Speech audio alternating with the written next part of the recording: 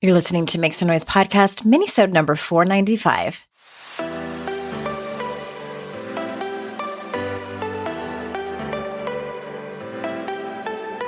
Welcome to Make Some Noise podcast, your guide for strategies, tools, and insight to empower yourself. I'm your host, Andrea Owen, global speaker, entrepreneur, life coach since 2007, and author of 3 books that have been translated into 18 languages and are available in 22 countries. Each week, I'll bring you a guest or a lesson that will help you maximize unshakable confidence, master resilience, and make some noise in your life. You ready? Let's go. Hi, welcome to another episode of the podcast. I feel like I'm leaving you a voicemail. Just you. Anyway, I don't know why that sounded so up close and personal. I'm excited to bring you this mini-sode that was recorded a few days ago, actually. And before I jumped in, I needed to record an intro because I realized I was so excited to record this particular topic that I failed to record a regular intro. So here we are. And the only thing I wanted to give you a quick reminder about is that How to Stop Feeling Like Shit is being re-released, and it comes out on December 27th. You know what? Amazon is kind of being a dick, and I mean, what else is new? But if you buy your books at Amazon, which I know many of you do, when you go to How to Stop Feeling Like Shit, it will show you the white cover. You have to scroll down just a little bit, and then underneath it is a little yellow cover, and it says new edition, like the band. And then you click on that, and then it gives you the option if you want to purchase that particular version. It's annoying. I've emailed the publisher and I'm like, can we fix this? Can we have the yellow version be front and center? And they're like, yeah, they want to sell down stuff. It's boring. It's boring information that doesn't matter. But if you want the new version, which I highly suggest, then, and that's where all the bonuses come from, then scroll down a little bit. You look for the yellow copy, and then head on over to andreaowen.com/HTSFLS to get your bonuses. All right. That being said, here is the minisode. Okay. So I just got off the phone with a client of mine and I asked for her permission to be able to talk about this, and she did give me permission. And I think it might be helpful for those of you who struggle with fear, who struggle with the comfort zones that they have created for themselves and gotten very, very comfortable in said comfort zones. All right. So this client, let's call her Jessica. Jessica came to the session. I asked her what she wanted to work on, and she said that she was rereading 52 Ways to Live a Kick-Ass Life, which was my very first book that came out almost 10 years ago. And I think it might even be like the very first chapter. The chapter title is called Cannonball Out of Your Comfort Zone. And it's about that. It's about learning to challenge yourself and be in the discomfort and step out of your comfort zone. And she had mentioned that she had just gotten really comfortable with her weekends. She shares custody of her children with her former husband. And every other weekend when she doesn't have her kids, she gets in her sweats and she just relaxes. And the whole weekend goes by and she plays, her video games and just kind of has this routine of self-care, really. And I want to pause there because I think many times we can beat ourselves up for that. And I want to stop you right there, if that's you. If you have gotten to the point where you either have these routines and you are calling yourself unproductive or lazy, stop it right now. Stop it right now. We live in a capitalistic system that tells us if we are not productive, if we're not efficient, if we're not going all the time, then we are lazy, we are less than, we're not productive members of society. That's all bullshit. It was a way to shame people into doing more. Anyway, I won't get into that too much, but cut yourself some slack. Partly because this pandemic has made that worse for a lot of people. It forced us to isolate for our own safety and the safety of others. And a few years have gone by and it's created these habits where we just don't get out as much as we used to. We just don't socialize. We just don't cannonball out of our comfort zone like we used to. Okay? So I just want to acknowledge that if you're in that place where you have created a comfort zone that feels less than ideal for you, you're not alone. And please have some compassion for yourself. You did what you needed to do to survive. All right, so there's that. The next part is, if you're feeling like you have got yourself in this rut and you want to get out of your comfort zone, I invite you to ask yourself, what is it that you're looking for? Is it something specific? Like in the case of my client, she wanted to meet new people, and she also wanted to do a couple of things that she was interested in. And she thought about it when I asked her, like, what is it that you're after at the end of the day? Beyond just these things that you want to kind of check off that you're interested in. And she said, I want to connect with people. Like, I want to have people that I can text, and if I need them, they show up. And if they need me, I can show up for them. It's like, yeah, these are these connected, intimate relationships that are part of the necessities we have as humans. Like, we're meant to be in community with each other. We're meant to be social creatures. And I think so many of us have gotten away from that, whether it's just circumstantial with our jobs or our families or whatever it is, plus pandemic habits. We've moved away from that. And of course you want these relationships.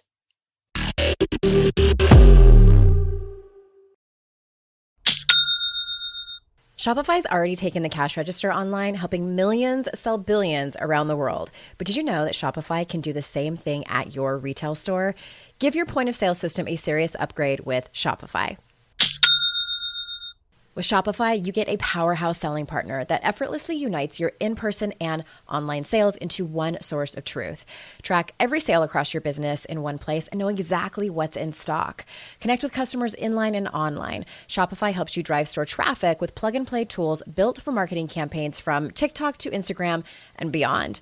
Get hardware that fits your business. Take payments by smartphone, transform your tablet into a point of sale system, or use Shopify's POS Go mobile device for a battle-tested solution. Sign up for a $1 per month trial period at shopify.com/noise, all lowercase. Go to shopify.com/noise to take your retail business to the next level today. Shopify.com/noise. I have definitely been in that place where my paycheck ran out before the next one got here. Life doesn't happen bi-weekly, so why should payday? The money you earn can be in your hands today with Earnin. Earnin is an app that gives you access to your pay as you work, up to $100 per day or up to $750 per pay period. Just download the Earnin app and verify your paycheck. Then access up to $100 a day as you work and leave an optional tip. Any money you access plus tips are automatically repaid from your next paycheck. You can use Earnin to pay for a girls' night out, a last-minute gift for a loved one, or even summer camp for the kids. Make Earnin a part of your financial routine and join Earnin's over 3.5 million customers who say things like, when I think about Earnin, I think about financial stability, security. It gives me a lot of peace of mind. Download Earnin today, spelled EARNIN, in the Google Play or Apple App Store. When you download the Earnin app, type in Noise under podcast when you sign up. It really, really helps the show. Noise under podcast. Subject to your available earnings, location, daily max, and pay period max. See earnin.com/TOS for details. Earnin is a financial technology company, not a bank. Bank products are issued by Evolve Bank and Trust, member FDIC.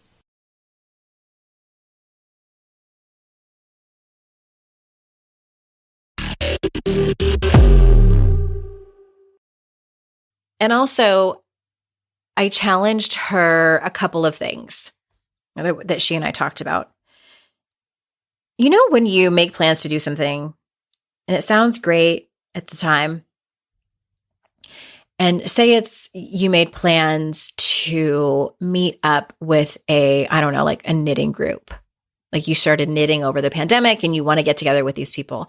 And there is one at 7 p.m. on Tuesday nights. And it's not far from where you live. So you make the plan, you RSVP to the Facebook event that, someone else, it's already an established group. And then it's 6:00 on Tuesday and you're like, oh, it's already dark because of daylight savings time. And I really just want to get in my sweatpants. I don't want to go and meet these people and have to like keep my makeup on or like reapply my mascara and meet people and do like these usual pleasantries and like sit awkwardly on their couch and like nod my head and just forget it. It's not like anybody's going to follow up with me. Okay. That's happened to the best of us, myself included. And so what I invited her to do is to expect that to happen. And I said, what if you could set alarms or reminders on your phone, anticipating that will likely happen, that those thoughts will pop up of not wanting to go, of figuring out the excuses of why it's actually a better option to not go. So knitting club starts at 7. You know that at 6:15, you're going to have to like start getting ready. So at 6:20, you set an alarm for 6:20 p.m. on Tuesday night to go off and say, hey, if you're thinking about not going to that knitting club, you should go anyway. Plan to stay for 10 minutes. And if it sucks, you can leave. Or whatever it is that you need to write to your future self from your former self, either a pep talk, either a quick note, whatever it is that you are going to need to hear in that moment. If you have no one else to hold you accountable, like if you're not going with a friend, if you don't have a life coach like me who's going to be texting you going like, are you ready to go to your knitting club? How did it go? The next morning. If you have no one, then be that person for yourself. Put up the Post-it notes, set the reminder on your phone, whatever it is, or ask somebody in your life. Hey, can you text me at 6:30 to make sure I'm getting off my ass and going to that knitting club meeting that I said that I would go to that I'm probably going to want to get out of? Can you not let me get out of that? Because I really want to go. Because I know that once I get there, it's going to be fine. I'm probably going to have a good time. Worst case scenario, it's kind of boring. And I end up not connecting with anybody. But I went. So that's a positive. Okay? Worst case scenario is that it's boring, y'all. Really, truly. And that you're uncomfortable in the beginning, making small talk and pleasantries with people. That's the price you pay to meet new people. None of us get out of that. It's the social tax. That's what I'm going to start calling it. It's the social tax that we all pay.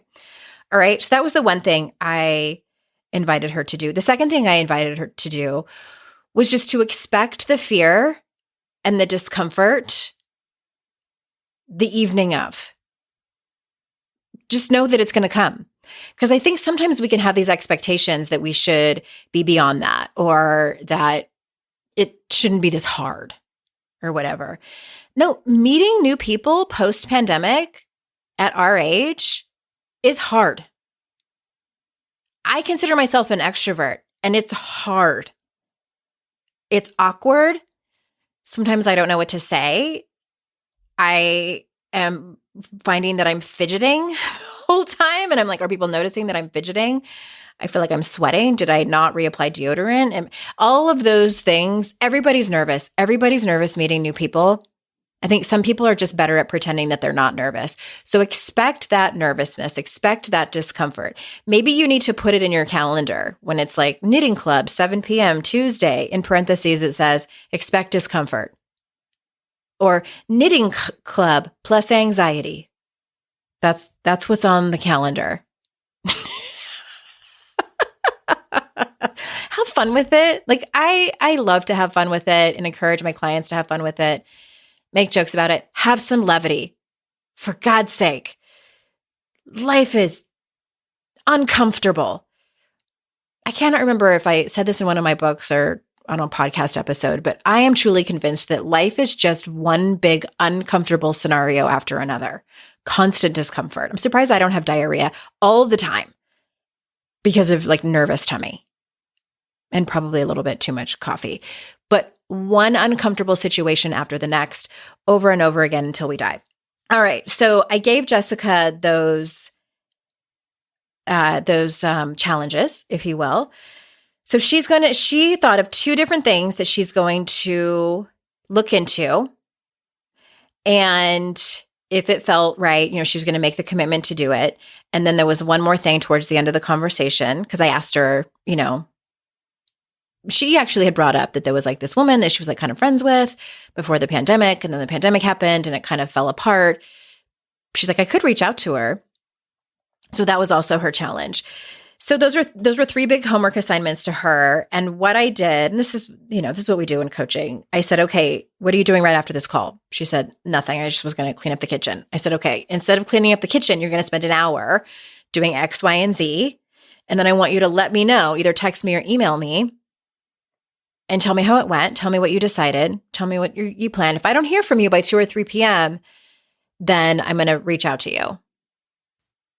So, that accountability, it lights a fire under your ass, doesn't it? That's what coaching can do. And also, maybe that's just a friend in your life that you have where you hold each other accountable for the things that you want to do, that you are procrastinating on, that you're going to want to get out of. Maybe it's working out or eating better or finally scheduling your mammogram or whatever it is that you are procrastinating on. All right. So I hope that helps. You're not alone. If you put things off, if you have gotten very comfortable in your own comfort zone. But as I told my client at the end of the session, these may seem like very small things, but this definitely is what I consider cannonballing out of your comfort zone. It truly is. When you've gotten into the habit of really not doing anything besides just, take care of your own mental health by being in your sweats at home, doing these things is cannonballing out of your comfort zone.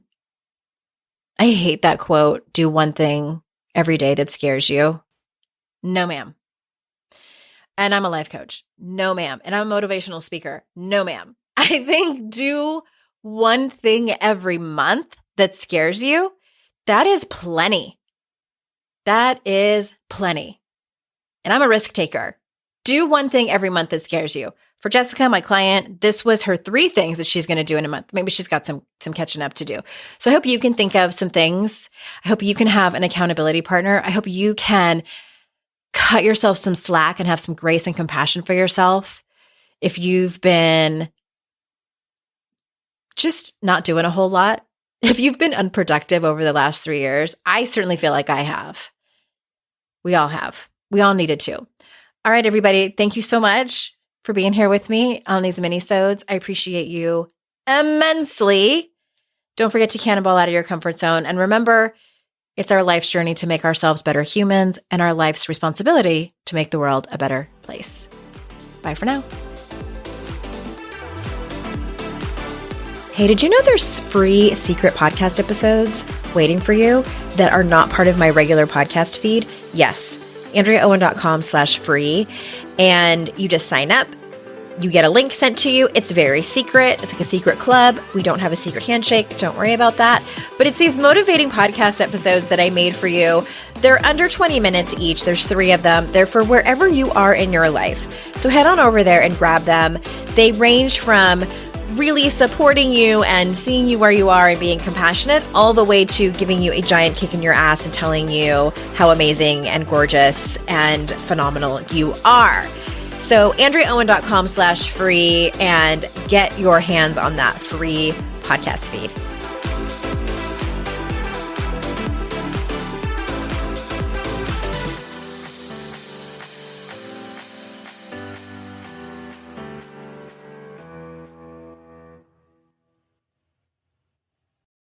I'd like to introduce you to the Minimalist Moms podcast. It's hard enough being a mom, and the last thing you need is stress from too much stuff and an overcrowded schedule. For too long, I lived with the mindset that bigger was better, and the more I added to my life, instead of feeling better, I felt overwhelmed. It was time for a radical new mindset. Less is more. I'm not into extremes. I didn't throw everything away. My brand of minimalism is more about adding than subtracting. Get rid of the excess to make room for what you love. In other words, it's about living life with purpose. I hope you'll listen in and my guest and myself can inspire you to think more and do with less. The Minimalist Moms Podcast, available wherever you listen to podcasts.